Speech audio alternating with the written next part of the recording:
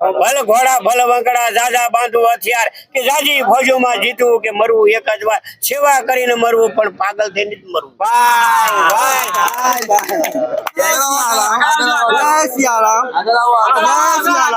Hello जय सियाराम તમારું શું નામ છે? बाबूभाई જય સિયારામ. જય સિયારામ. ક્યાંથી આવો તમે કાકા?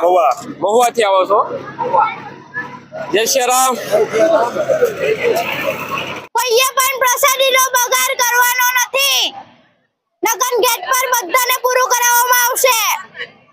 તમે જોઈ શકો છો જે ભોજનાલય ચાલી રહી છે ત્યાં આવા ટ્રેક્ટર દ્વારા સેવા અપાઈ રહી છે. તમે જોઈ શકો છો કે આ ટ્રેક્ટરની અંદર માત્ર ભાત જ રાખવામાં આવ્યા.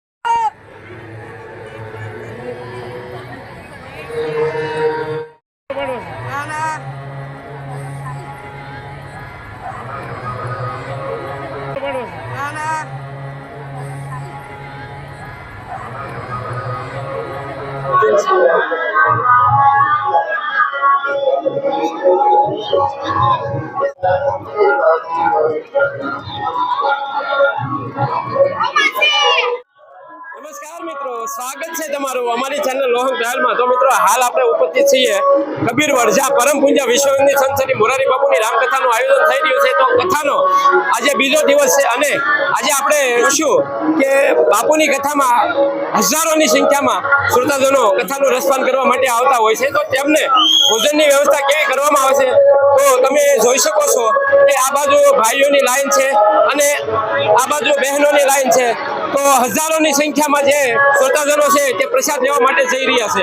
તો આપણે અંદર જઈએ અને જોઈએ કે ત્યાં કેવી વ્યવસ્થા કરવામાં આવી છે. તો જોડાઈ રહેજો વિડીયોમાં અને વિડીયોને પૂરેપૂરો જોજો, જેથી તમને ખરેખર જાણવા મળશે કે આ હજારોની સંખ્યામાં જે ભાવિકો આવે છે તેમને પ્રસાદ કેવી રીતે જમાડવામાં આવે છે. અને મિત્રો આ વિડીયો તમને પસંદ આવે તો વિડીયોને લાઈક જરૂર કરજો, તમારા મિત્ર મંડળને શેર કરજો, જેથી તે લોકો પણ નિહાળી શકે કે પૂજ્ય બાપુની કથામાં જે શ્રોતાજનો આવતા હોય છે તેને પ્રસાદ કેવી રીતે જમાડવામાં આવે છે. તો મિત્રો તમે જોઈ શકો છો કે અત્યારે કથાનો વિશ્રામ થઈ ચૂક્યો છે અને જે શ્રોતાજનો છે તે પ્રસાદ લેવા માટે તમે જોઈ શકો છો કે હજારોની સંખ્યામાં જે શ્રોતાજનો છે તે પ્રસાદ માટે જઈ રહ્યા છે. તો આપણે હવે અંદર જઈએ અને જોઈએ કે ત્યાં કઈ રીતની વ્યવસ્થા કરવામાં આવી છે અને આજનો મેન્યુમાં શું છે. તો આવી તમામ પ્રકારની આજે આપણે જાણકારી મેળવીશું. તમે જોશો તો એકદમ સુંદર વ્યવસ્થા કરવામાં આવી છે. જે અહીંના સ્વયંસેવક ભાઈઓ છે તથા બહેનો છે તેમની દ્વારા સરસ મજાની સુવિધા કરવામાં આવી છે કે એકદમ અંદર ગર્દી ના થાય તે માટે એકદમ વ્યવસ્થા સુંદર મજાની વ્યવસ્થા કરવામાં આવી છે. અને લાયનથી જે શ્રોતાજનો છે તે પ્રસાદ લેવા માટે જઈ રહ્યા છે તમે જોઈ શકો છો. આવી જ રીતે આપણે ભાઈઓના વિભાગમાં જોશો તો અહીં પણ જે સ્વયંસેવક ભાઈઓ છે તેમની દ્વારા સરસ મજાની સેવા અપાઈ રહી છે. અને અહીં પણ તમે જોશો તો એકદમ લાઈનસર લોકો પ્રસાદ લેવા માટે જઈ રહ્યા છે. જે શ્રોતાજનો છે તે એકદમ અંદર ગીર્દી ના થાય તે માટે એકદમ લાઈનમાં પ્રસાદ લેવા માટે જઈ રહ્યા છે. અને જે સ્વયંસેવક ભાઈઓ છે તેમની દ્વારા સરસ મજાની સેવા અપાઈ રહી છે. મિત્રો તમે જોઈ શકો છો કે અંદર ટ્રાફિક ના થાય તે માટે અહીં જે સ્વયંસેવક ભાઈઓ છે તેમની દ્વારા સરસ મજાની સેવા અપાઈ રહી છે. અને તમે જોઈ શકો છો કે એકદમ ગીર્દી ના થાય त्या માટે સિંગલ લાઈન જઈ રહી છે. તમે અંદર દાખલ થશો ત્યાં તમને થાળી બાટલીઓ આપવામાં આવશે. તો મિત્રો આપણે જે જનરલ ભોજનાલય છે તેની અંદર પ્રવેશ કરી લીધો છે અને તમે જોઈ શકો છો કે અહીં જે વિશાળ એક મંડપ રાખવામાં આવ્યો છે, જેથી ભાવિ ભક્તો જો બહોળી સંખ્યામાં આવે તો જમવામાં તકલીફ ના પડે તે માટે તમે જોઈ શકો છો કે એકદમ વિશાળ મંડપ બનાવવામાં આવ્યો છે. અને અત્યારે કથા વિશ્રામ થઈ ચૂકી છે અને તમે જોઈ શકો છો કે જે ભાઈઓ છે શ્રોતાજનો પ્રસાદ લેવા માટે આવી રહ્યા છે. અને અહીં જોશો તો એકદમ બેસી અને પ્રેમથી પ્રસાદ લઈ રહ્યા છે લોકો. અને હવે આપણે જોઈએ કે આજના મેન્યુમાં શું રાખવામાં આવ્યું છે. તો હવે આપણે મેન્યુ જોઈએ કે કઈ રીતની આજે મેન્યુ આપવામાં આવ્યું છે. જે શ્રોતાજનો આવ્યા છે તેમની માટે મેન્યુમાં શું છે. તો સૌ પ્રથમ તો અહીં લાડુ છે, વડી છે, પછી બટાટાનું શાક છે, તેમજ રોટલી છે, પછી ભાત, દાળ અને મમરી. તો આજના મેન્યુ એકદમ ભાવથી અને પ્રેમથી પ્રસાદ લઈ રહ્યા છે.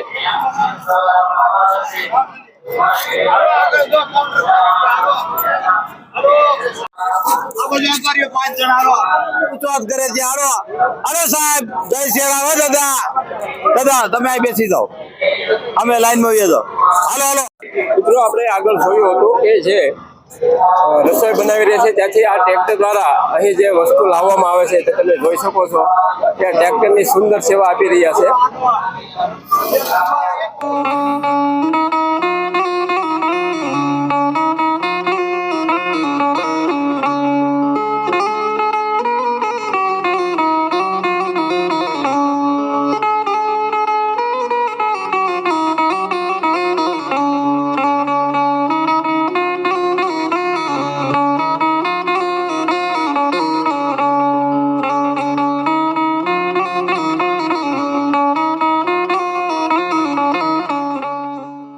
તો મિત્રો આપણે જે ભાઈઓનો વિભાગ હતો તે સંપૂર્ણપણે નિહાળ્યો અને ત્યારબાદ હવે આપણે જે બહેનોના વિભાગમાં જઈએ અને ત્યાં જોઈએ ત્યાં કઈ રીતની સુવિધા કરવામાં આવી છે.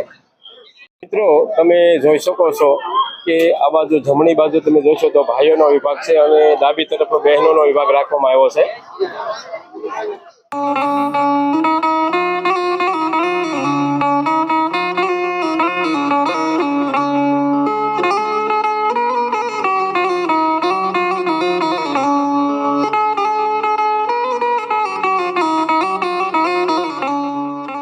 આપણે ભાઈઓના વિભાગ જોયો ત્યારબાદ આપણે હવે બહેનોના વિભાગમાં આવી ગયા છે અને તમે જોઈ શકો છો કે અહીં પણ જ્યાં ભાઈઓનો જે વિભાગ છે ત્યાં જે સુવિધા રાખવામાં આવી છે તે પ્રકારની જ અહીં બધી સુવિધા રાખવામાં આવી છે. અને અત્યારે તમે જોઈ શકો છો કે બહેનો સરસ મજાની જે બેસી અને ભાવથી પ્રસાદ લઈ રહ્યા છે.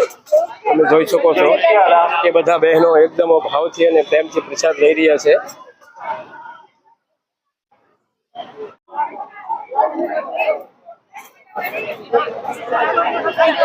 મળે ક્યાંથી આવો હોવાથી આવો અમને જય શ્રી રામ મળે. મિત્રો તમે જોઈ શકો છો કે જે બહેનોનો વિભાગ છે ત્યાં તમે આ બોર્ડ જોઈ શકશો કે 1 થી 12 કાઉન્ટર રાખવામાં આવ્યા છે જેથી જે શ્રોતાજનો જે બહોળી સંખ્યામાં આવે તો ગીર્દી ના થાય તે માટે સરસ મજાના જે કાઉન્ટરો રાખવામાં આવ્યા છે. કરવાનો નથી નગન ગેટ પર બધાને પૂરું કરાવવામાં આવશે. કોઈએ પણ પ્રસાદીનો બગાડ કરવાનો નથી. હાલો હાલો જય સિયારામ જય સિયારામ હાલો જય સિયારામ જય સિયારામ. તમારું શું નામ છે? બાબુભાઈ તમે ક્યાંથી આવો છો? રામ ગલવાન જિલ્લો ભાવનગર તાલુકો મહુવા કેટલા વર્ષથી સેવા આપો છો? 10 વર્ષથી સેવા આપું છું બાપુની. જય સિયારામ જય સિયારામ જય મોરારી બાપુ જય મોરારી બાપુ. તો મિત્રો તમે જોઈ શકો છો કે બાબુભાઈ બલદાણિયા કે જેઓ ભાવનગર જિલ્લાના મહુવા તાલુકાના ઉગલવાણ ગામના વતની છે અને બાપુની હર કથામાં જે હાજર જ હોય છે.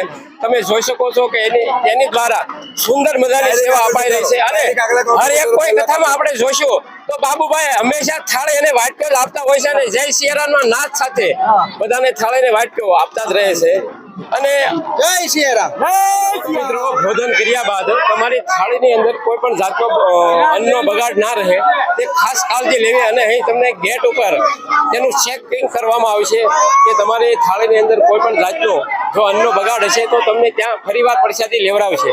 તો એ પણ ખાસ ધ્યાન રાખો. અને તમે જોઈ શકો છો કે અહીં તેમનું ચેકિંગ કરી રહ્યા છે. આજે આપણે કબીરવડ મુકામે પરમ પૂજ્ય વિશ્વની સંત શ્રી મોરારી બાપુની રામકથા ચાલી રહી છે તેનો આજે બીજો દિવસ છે. તો આજના દિવસે આપણે જનરલ ભોજનાલયની મુલાકાત લીધી અને સંપૂર્ણ જાતની જાણકારી મેળવી. તો તમને કેવો લાગ્યો આ વિડીયો કોમેન્ટ કરીને જરૂર બતાવજો અને કોમેન્ટમાં જય શ્રી રામ જરૂર લખજો. અને આ વિડીયો તમને પસંદ આવે તો વિડીયોને લાઈક કરજો, તમારા મિત્ર મંડળને શેર કરજો જેથી તે લોકો પણ જાણી શકે.